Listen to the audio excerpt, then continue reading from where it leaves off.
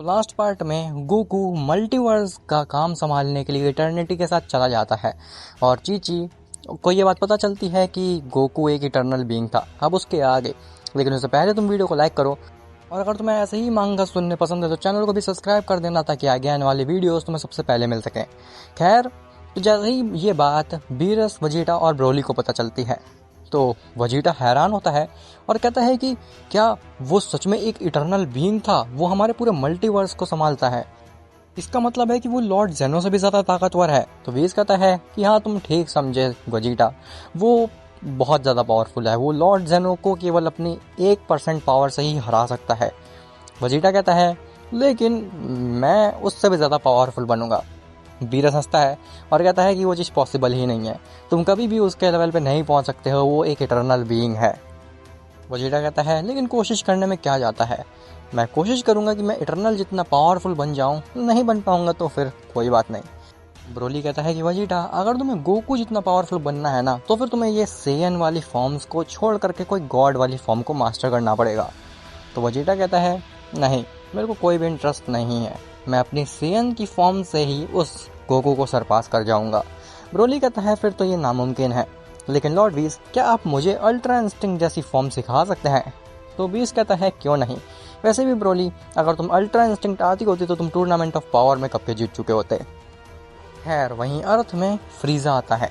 फ्रीजा बुल्मा के पास पहुंचता है और कहता है कि क्या इस प्लेनेट पर वजीटा है? तो बुल्मा कहती है नहीं, वो तो बीरस के प्लेनेट पे है, लेकिन आखिर तुम यहाँ पे क्यों आए हो? तो फ्रीजा कहता है बस मुझे यही जानना था, अब मैं तुम्हारे प्लेनेट को तबाह कर दूंगा। बुल्मा कहती है तुम ऐसा नहीं कर सकते फ्रीजा, तुमने टूर्नामेंट ऑफ पावर में हमारी मदद की थी, अब तुम ऐसा क्यों करना चाहते हो? तो फ्रीजा बताता है कि वो तो मेरी मजबूरी थी, क्योंकि मैं नहीं चाहता था कि मैं इरेज हो जाऊं, लेकिन मेरी और सेंस की दुश्मनी तो हजारों सालों तक चलती रहेगी। खैर, अब तुम्हारा समय आ चुका है खत्म होने का बुल्मा, अब तुम कोई भी तरीके से मुझे नहीं रोक सकते हो। बुल्मा कहती है ठीक है, अगर तुम अपने आप को इतने ही ताकतवर समझते हो तो फिर तुम क्या गोहान से लड़ना चाहोगे? फ्रीजा कहता है गोहान, आखिर ये गोहान कौन है? तो बुल्मा बताती है कि गोहान एक ह्यूमन है। ऐसा सुन करके फ्रीजा हंसने लगता है। फ्रीजा कहता है कि एक ह्यूमन मेरे से फाइट करेगा, आखिर तुम ऐसे से सोच भी कैसे लिया कि एक ह्यूमन मुझसे जीत पाएगा? तो बुल्मा कहती है ठीक है, अगर तुम गोहान से जीत जाओगे तो फिर तुम इस अर्थ को तबाह कर सकते हो, या फिर मैं तुम्हारी हमेशा के लिए गुलाम बन के रहूंगी, लेकिन अगर वो गोहान तुम्हें ख़त्म कर देता है तो फिर तुम अर्थ के आसपास भी नहीं भटकोगे। फ्रीजा कहता है ठीक है, तुम्हारा चैलेंज मैं एक्सेप्ट करता हूँ, लेकिन अगर तुम्हारे गोहान को मैंने ख़त्म कर दिया तो फिर तुम्हारे पूरे प्लेनेट को मैं बंदी बना लूँगा। बुल्मा कहती है ठीक है, जिसके बाद वो चीची के पास पहुँचती है फ्रीजा को लेकर के। चीची कहती है आखिर ये कौन है एलियन जैसा? तो बुल्मा बताती है कि ये फ्रीजा है और इसे गोहान से फाइट करनी है। चीची कहती है मैं ऐसा तुम्हें नहीं करने दे सकती हूँ, वो एक बच्चा है अभी। तो बुल्मा कहती है चीची, तुम चिंता क्यों कर रही हो, वो आसानी से हरा देगा फ्रीजा को। ये चीज़ सुन करके फ्रीजा को काफ़ी अजीब लगता है कि आखिर ऐसा क्या है उस अर्थ के ह्यूमन में जो कि वो मुझ जैसे स्ट्रॉन्ग मॉर्टल को हरा देगा। तभी वहाँ पे गोहान आता है। फ्रीजा कहता है ये है गोहान, इसकी तो के भी नहीं सेंस हो रही मुझे, आखिर ये मुझे कैसे ही हरा पाएगा? तो बुल्मा कहती है गोहान, क्या तुम फ्रीजा से फाइट करना चाहोगे? गोहान कहता है कि हाँ, क्यों नहीं, जब से मेरे फादर गए हैं तब से मैंने किसी से भी फाइट नहीं की, इससे मेरी थोड़ी प्रैक्टिस भी हो जाएगी। फ्रीजा कहता है इसका फादर, आखिर इसका फादर कौन है? खैर, फ्रीजा कहता है ठीक है, मैं तुमसे लड़ाई करने के लिए तैयार हूँ, लेकिन एक बात जान लो ह्यूमन, मैं तुम्हारे ऊपर ज़रा भी तरस नहीं खाऊंगा। गोहान कहता है उसकी ज़रूरत ही नहीं पड़ेगी। खैर, जिसके बाद फ्रीजा और गोहान के बीच में फाइट स्टार्ट होती है। फ्रीजा कहता है तो मैं अपनी बेस फॉर्म में रह करके ही हरा दूंगा। जिसके बाद वो की ब्लास्ट करने लगता है गोहान के ऊपर, जिससे कि गोहान काफ़ी ज़्यादा हार्म हो जाता है। फ्रीजा कहता है क्या ये है गोहान, इससे तुम कह रहे थे कि मैं नहीं जीत पाऊंगा, आखिर ऐसा क्या है इसमें? तभी गोहान अचानक से हील हो जाता है। फ्रीजा कहता है नामुमकिन, आखिर ये हील कैसे हो गया, वो भी अपने आप? मेरी की ब्लास्ट इतनी पावरफुल है कि वो किसी को अगर पड़ जाए तो वो आसानी से हील नहीं कर सकता, लेकिन इसने इंस्टेंटली कैसे हील कर लिया मेरी की ब्लास्ट से? मुझे लगता है कि ये कोई आम सा मॉडल नहीं है, मुझे अपनी गोल्डन फॉर्म में ट्रांसफॉर्म होना ही पड़ेगा। जिसके बाद फ्रीजा ट्रांसफॉर्म होता है गोल्डन फॉर्म में और वो एक पंच मारने जाता है गोहान के ऊपर, लेकिन गोहान के ऊपर जैसे ही वो पंच पड़ता है फ्रीजा वहीं जम जाता है। गोहान हिलता भी नहीं है अपनी जगह से। गोहान कहता है बस तुमने कर लिया, क्या तुम्हारे अंदर इतनी ही ताकत है? फ्रीज़ा ये चीज़ देख करके एकदम दंग रह जाता है कि आखिर ये आम सा ह्यूमन नहीं हो सकता है। तभी गोहान एक पंच मारता है फ्रीज़ा को, जो कि इतना पावरफुल था कि फ्रीज़ा स्पेस में ही पहुंच जाता है। फ्रीज़ा कहता है असंभव, आखिर ऐसा कैसे कर सकता है ये आम सा ह्यूमन? अगर मैं एक ह्यूमन से हार गया तो फिर मुझे सेन से लड़ने का कोई भी हक नहीं है, मैं इस ह्यूमन को मार के ही रहूँगा। जिसके बाद वो दोबारा से पहुँचता है गोहान के पास में। गोहान कहता है तो फिर तुम दोबारा से मरने के लिए आ गए मेरे पास। फ्रीज़ा कहता है इस बार तुम मुझसे नहीं जीत पाओगे। जिसके बाद फ्रीज़ा ट्रांसफॉर्म होता है अपनी ब्लैक फॉर्म में। गोहान कहता है ठीक है, कोशिश करके देख लो। फ्रीज़ा दोबारा से अटैक करता है गोहान के ऊपर, लेकिन गोहान केवल अपनी एक ही उंगली से फ्रीज़ा की ब्लैक फॉर्म को भी रोक देता है। फ्रीज़ा कहता है ये ह्यूमन नहीं है, डेफिनेटली तुम ह्यूमन नहीं हो सकते हो, तुम किसी गॉड के बेटे हो। तो गोहान कहता है कि मेरे डैड का नाम है गोकू, और ऐसा बोल करके वो फ्रीज़ा को एक पंच मारता है और फ्रीज़ा दोबारा से स्पेस में चला जाता है। चीची कहती है गोहान तुम इतने ज़्यादा पावरफुल हो, मुझे इस बारे में पता ही नहीं था।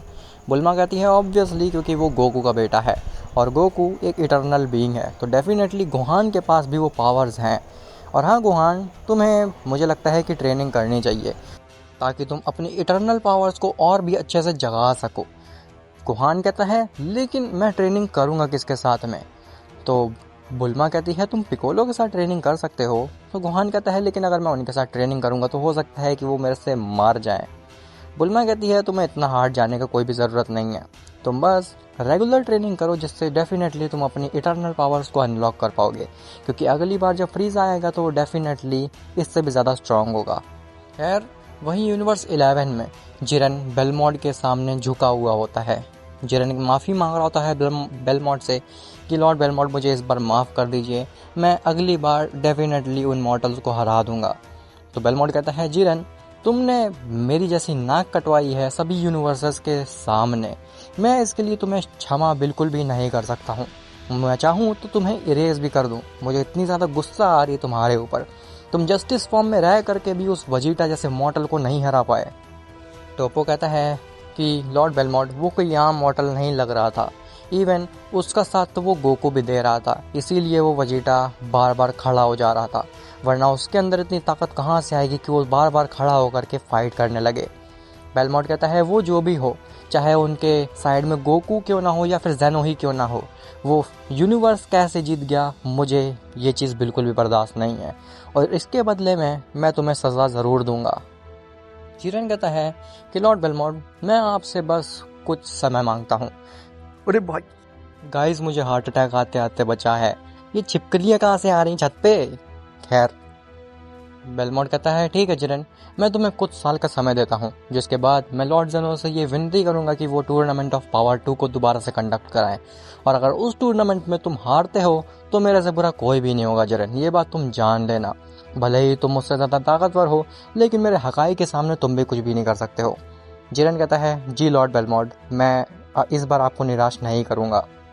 वहीं यूनिवर्स 7 में जैसे ही वीस ट्रेनिंग देने जा रहा होता है ब्रोली और वजीटा को, बीरस कहता है कि वीस वजीटा को मैं ट्रेनिंग देना चाहता हूँ, क्योंकि उसने मुझे बहुत ज़्यादा इम्प्रेस कर दिया उस टूर्नामेंट ऑफ पावर में अपनी डिस्ट्रॉयर की फॉर्म को सेहन की फॉर्म के साथ मर्ज करके। मैं देखना चाहता हूँ कि आखिर ये मॉडल और कितनी आगे जा सकता है अपनी अल्ट्रा ईगो को ले करके। वजीटा कहता है क्या सच में लॉर्ड बीरस आप मुझे ट्रेन करेंगे? तो बीरस कहता है हाँ, आप उतने भाव मत खाओ, चलो मेरे साथ, मैं तुम्हें ट्रेनिंग दूंगा। वीस कहता है जी लॉर्ड बीरस, जैसी आपकी इच्छा। जिसके बाद वीस ब्रोली को ट्रेनिंग देने लगता है अल्ट्रा इंस्टिंक्ट की, और बीरस पूरी कोशिश करता है ताकि वजीटा अल्ट्रा ईगो को लेकर के बहुत ही ज़्यादा आगे पहुंच सके, इतनी आगे कि वो ज़ेनो को भी सरपास कर जाए। अब आखिर बीरस ऐसा क्यों चाहता था और आखिर उसका प्लान क्या था? क्या बीरस ईविल है? खैर बीरस जब वजीटा को ट्रेनिंग देता है तो बीरस कहता है कि वजीटा तुम पूरी तरीके से अपनी अल्ट्रा ईगो 3 में जा सकते हो, मैं भी अपनी हकाइकी का इस्तेमाल करके तुमसे फाइट करूंगा।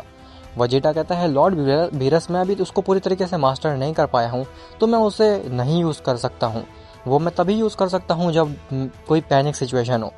तो बीरस कहता है ठीक है, मैं तुम्हें इतना मार दूंगा कि तुम्हारे लिए पैनिक क्रिएट हो जाएगी, जिसके बाद तो तुम्हें ट्रांसफॉर्म होना ही पड़ेगा अल्ट्रा ईगो 3 में। आखिर मैं भी तो देखूँ कि आखिर उस फॉर्म में कितना पोटेंशियल है। वजीटा कहता है जैसा आप कहें लॉर्ड ज़ेनो।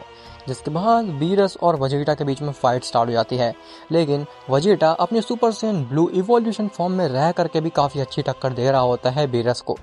बीरस कहता है कि मैंने एक्सपेक्ट नहीं किया था वजीटा कि तुम्हारी super Saiyan blue evolution form भी इतनी ज़्यादा पावरफुल होएगी।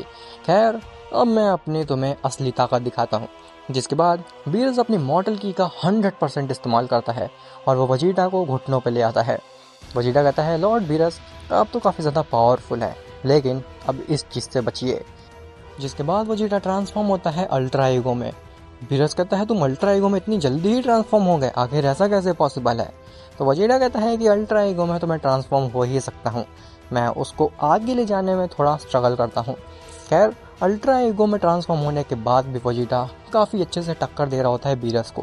बीरस कहता है कि मुझे लगता है कि मुझे अब हकाइकी का इस्तेमाल करना ही पड़ेगा ताकि तुम्हें मैं और आगे ले जा सकूं। अब क्या बीरस अपनी हकाइकी इसका इस्तेमाल करके मजबूर कर देगा वजीटा को अल्ट्रा ईगो 3 इस्तेमाल करने पे, या फिर वजीटा अल्ट्रा ईगो 3 से भी काफ़ी आगे निकल जाएगा। सब तुम्हें पता चलेगा नेक्स्ट पार्ट में।